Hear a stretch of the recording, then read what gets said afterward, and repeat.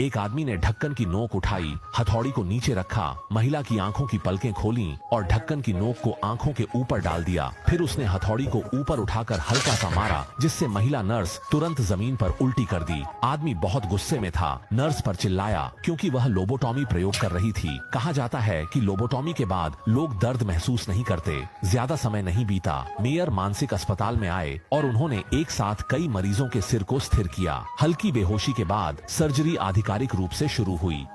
इस बार एक अलग तरीका अपनाया गया।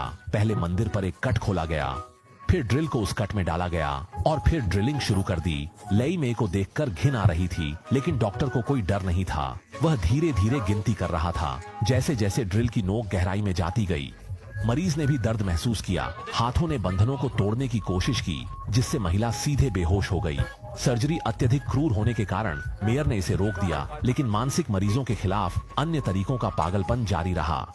मरीज को यहाँ आते ही स्नान कराना होता है, और वह भी गर्म पानी से। महिला स्वाभाविक रूप से चढ़ गई। उसे बहुत आराम मिला, लेकिन नर्स ने अचानक एक लोहे की प्लेट ढक दी और दोनों तरफ से बंद कर दिया। फिर पानी के पंप को चालू किया, तापमान 120 डिग्री पर सेट कर दिया, जिससे महिला का चेहरा तुरंत लाल हो गया और वह दर्द से लगातार संघर्ष करने लगी। डॉक्टर ने जल्दी से उसे शांत करने की कोशिश की और फिर देखा कि तापमान बहुत अधिक था। जल्दी से तापमान कुछ कम किया गया और वह इस तरह से आधे घंटे तक अंदर रही। तब जाकर डॉक्टर ने उसे बाहर निकालने की अनुमति दी। जब ढक्कन खोला गया तो अनगिनत सफेद भाप बाहर निकली। उस समय महिला ने होश खो दिया था, लेकिन डॉक्टर संतुष्ट नहीं हुए। उन्होंने एक और ढक्कन खोला और देखा कि अंदर बर्फ के टुकड़ों से भरा हुआ था। डॉक्टर ने कहा, महिला को अंदर ले जाओ, उसे होश में लाओ। दोनों ने बुद्धिमानी से काम किया, लेकिन जैसे ही उसे अंदर रखा गया, महिला अचानक जाग गई और फिर ठंड से कांपने लगी। यह सच में बर्फ और आग का अनुभव था।